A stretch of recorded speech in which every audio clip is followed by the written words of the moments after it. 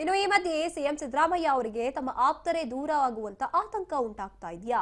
CM DKShi ಚಕ್ರವ್ಯೂಹದಲ್ಲಿ ಮುಖ್ಯಮಂತ್ರಿ ಸಿಲುಕಿದ್ರ ಹಾಗಾದ್ರೆ? ಇನ್ನು ಸ್ಥಾನದಿಂದ ಜಬ್ಬಾರ್ ಮತ್ತೆ ನಜೀರ್ ಅಹಮದ್ಗೆ ಕೊಟ್ಟೋಕೆ ಆರಂಭ ಆಗ್ತಾ ಇದೆ. ಇನ್ನು ರಾಜಕೀಯ ಕಾರ್ಯದರ್ಶಿ ಸ್ಥಾನದಿಂದ ಸಿದ್ದರಾಮಯ್ಯ ಆಪ್ತರು ಹೊರಬೀಳ್ತಾ ಇರುವಂತದ್ದು, ಈಗ ಅವರ ಆಪ್ತರೇ ದೂರವಾಗುವಂತ ಆತಂಕದಲ್ಲಿ ಇದ್ದಾರಾ ಸಿಎಂ?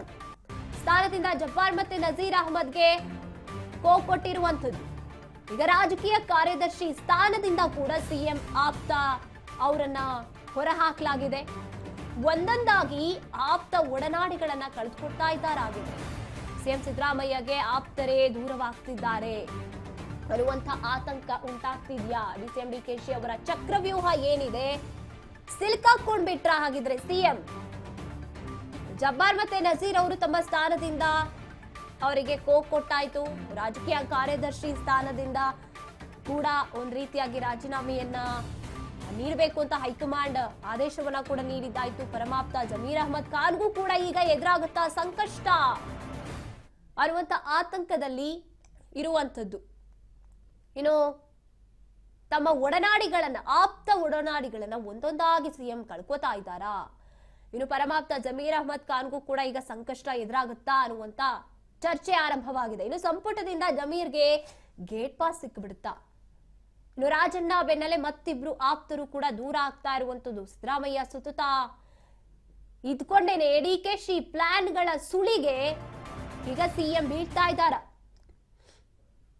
ಎಸ್, ಈಗ ಒಂದ್ ರೀತಿಯಾಗಿ ಅಹಿಂದ ನಾಯಕ ಅಂತ ಏನ್ ಕರಿತೀವಿ ಸಿಎಂ ಸಿದ್ದರಾಮಯ್ಯನವರನ್ನ, ಅಹಿಂದ ನಾಯಕರುಗಳು ಎಲ್ಲರೂ ಕೂಡ ಸಿಎಂ ಮೇಲೆ ನಂಬಿಕೆಯನ್ನ ಇಟ್ಕೊಂಡು ಇರುವಂತದ್ದು. ಈಗ ಆತಂಕ ಶುರುವಾಗಿದೆಯಾ? ಹಾಗಿದ್ರೆ ಸಿಎಂಗೆ ಈ ಬಗ್ಗೆ ಹೆಚ್ಚಿನ ಮಾಹಿತಿಯನ್ನ ನಮ್ಮ ಪ್ರತಿನಿಧಿ ಬಸವರಾಜ್ ನೀಡ್ತಾರೆ. ಎಸ್ ಬಸವರಾಜ್, ಈಗ ನಿಜವಾಗ್ಲೂ ಕೂಡ ಹಾಗೆ ಅನ್ನಿಸ್ತಾ ಇರುವಂತದ್ದು, ಒಬ್ರಾದ ಮೇಲೆ ಒಬ್ರು ದೂರವಾಗ್ತಾ ಇದ್ದಾರೆ. ಈಗ ಸಿಎಂಗೆ ಒಂದ್ ರೀತಿಯಾಗಿ ತನ್ನ ಸ್ಥಾನಕ್ಕೂ ಕೂಡ ಧಕ್ಕೆ ಬಂದ್ಬಿಡುತ್ತಾ ಅನ್ನುವಂತ ಆತಂಕ ಏನಾದ್ರೂ ಇದೆಯಾ ಅಂತ?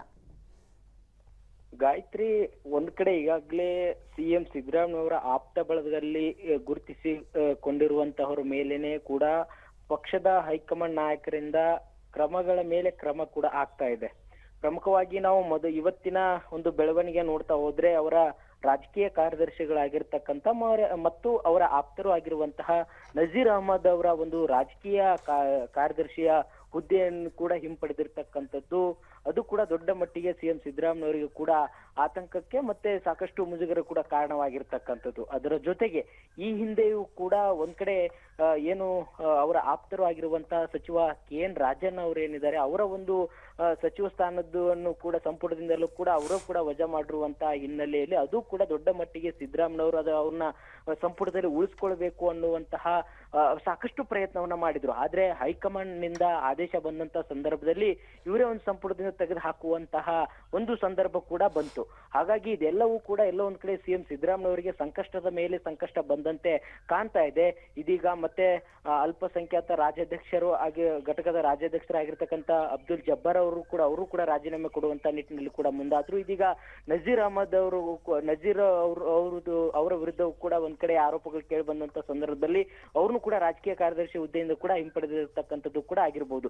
ಇವೆಲ್ಲವೂ ಕೂಡ ನೋಡ್ತಾ ಹೋದ್ರೆ ಸಿಎಂ ಸಿದ್ದರಾಮಯ್ಯವರಿಗೂ ಕೂಡ ದೊಡ್ಡ ಮಟ್ಟಿಗೆ ಸಂಕಷ್ಟ ಎದುರಾಗುತ್ತಾ ಅನ್ನುವಂತಹ ನಿಟ್ಟಿನಲ್ಲಿ ಕೂಡ ಚರ್ಚೆ ಆಗ್ತಾ ಇದೆ. ಯಾಕಂತಂದ್ರೆ ಪಕ್ಷದ ವಲಯದಿಂದ ಹೈಕಮಾಂಡ್ ನಾಯಕರಿಂದ ಒಂದಿಷ್ಟು ಕ್ರಮ ಆಗ್ಬೇಕು ಅನ್ನುವಂತ ಬಂದಂತ ಸಂದರ್ಭದಲ್ಲಿ ಅವಾಗ ಸಿಎಂ ಸಿದ್ದರಾಮಯ್ಯವರು ಕೂಡ ಅದನ್ನ ತಡೆ ಹಿಡಿಯುವಂತ ಪ್ರಯತ್ನ ಮಾಡ್ತಾರೆ.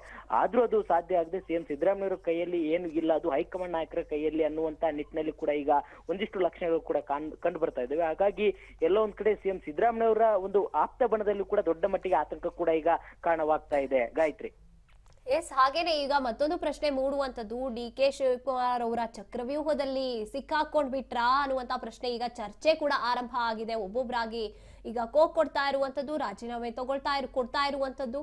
ಈಗ ಡಿಕೆಶಿಗೆ ಏನು ಈಗ ಅಧಿಕಾರ ಹಂಚಿಕೆ ಆಸೆ ಅನ್ನುವಂಥದ್ದು, ಈ ರೀತಿಯಾಗಿ ಅವರು ಅದನ್ನ ಪೂರೈಸ್ಕೊಳ್ಳೋದಕ್ಕೆ ಏನಾದ್ರೂ ಪ್ಲಾನ್ ಮಾಡ್ಕೋತಿದಾರಾ ಅಂತ? ಒಂದ್ ಕಡೆ ಇದೀಗ ಗಾಯತ್ರಿ, DCM DK ಶಿವಕುಮಾರ್ ಅವರು ಕೂಡ ಪಕ್ಷದ ಅಧ್ಯಕ್ಷರಾಗಿ ನೇರವಾಗಿ ಇಲ್ಲಿ ಆಗ್ತಕ್ಕಂತ ಬೆಳವಣಿಗೆ ಕುರಿತು ಹೈಕಮಾಂಡ್ ನಾಯಕರಿಗೆ ತಲುಪಿಸುವಂತ ಪ್ರಯತ್ನವನ್ನು ಕೂಡ ಮಾಡ್ತಾ ಇದ್ದಾರೆ ಅನ್ನುವಂತ ಮಾಹಿತಿ ಇದೆ.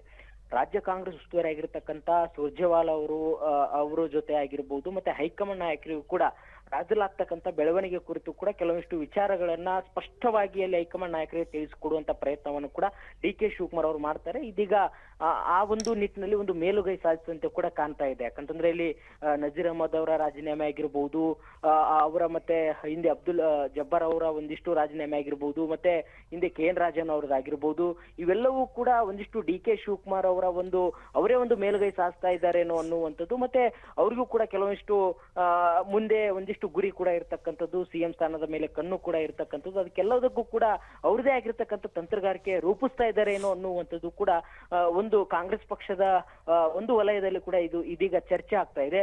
ಹಾಗಾಗಿ ಡಿ ಕೆ ಶಿವಕುಮಾರ್ ಅವರು ಕೂಡ ಹಲವಾರು ಬಾರಿ ಶಾಸಕರಾಗಿರ್ಬಹುದು ಅಥವಾ ಪಕ್ಷದ ವಲಯದಲ್ಲಿ ಯಾರು ಪಕ್ಷದ ವಿರುದ್ಧವಾಗಿ ಕೂಡ ಮಾತನಾಡ್ತಾರೆ ಅವರಿಗೆ ಕಟ್ಟುನಿಟ್ಟಿನ ಸೂಚನೆಯನ್ನು ಕೂಡ ಸಾಕಷ್ಟು ಬಾರಿ ಅವರು ಕೂಡ ಕೊಟ್ಟಿರ್ತಕ್ಕಂಥದ್ದು. ಹಾಗೆ ಅದರ ಭಾಗವಾಗಿ ಮುಂದುವರೆದ ಭಾಗವಾಗಿ ಪಕ್ಷದ ವಿರೋಧವಾಗಿ ಚಟುವಟಿಕೆ ಮಾಡಿರ್ತಕ್ಕಂಥವರ ಮೇಲೆ ಯಾರೇ ಆಗಿದ್ರು ಸಹಿತ ಅವ್ರ ಮೇಲೆ ಕ್ರಮ ಕೈಗೊಳ್ಳುವಂತ ನಿಟ್ಟಿನಲ್ಲಿ ಕೂಡ ಮುಂದಾಗುತ್ತೆ ಹೈಕಮಾಂಡ್ ಅನ್ನುವಂತ ನಿಟ್ಟಿನಲ್ಲಿ ಕೂಡ ಡಿ ಕೆ ಶಿವಕುಮಾರ್ ಅವರು ಕೂಡ ಹೇಳಿಕೆಯನ್ನು ಕೂಡ ಕೊಡ್ತಾ ಇದ್ರು. ಅದರಂತೆ ಇದೀಗ ಕೆಲವರ ಮೇಲೂ ಕೂಡ ಒಂದು ಕ್ರಮ ಕೂಡ ಆಗಿದೆ. ಈಗ ಸಿಎಂ ಸಿದ್ದರಾಮಯ್ಯವರ ಆಪ್ತರು ಆಗಿರುವಂತಹ ಸಚಿವ ಜಮೀರ್ ಅಹಮದ್ ಖಾನ್ ಅವರ ಮೇಲೂ ಕೂಡ ಕ್ರಮ ಆಗುತ್ತಾ ಅನ್ನುವಂತಹ ದೊಡ್ಡ ಮಟ್ಟಿಗೆ ಕೂಡ ಚರ್ಚೆಗೆ ಗ್ರಾಸವಾಗ್ತಾ ಇದೆ. ಗಾಯತ್ರಿ.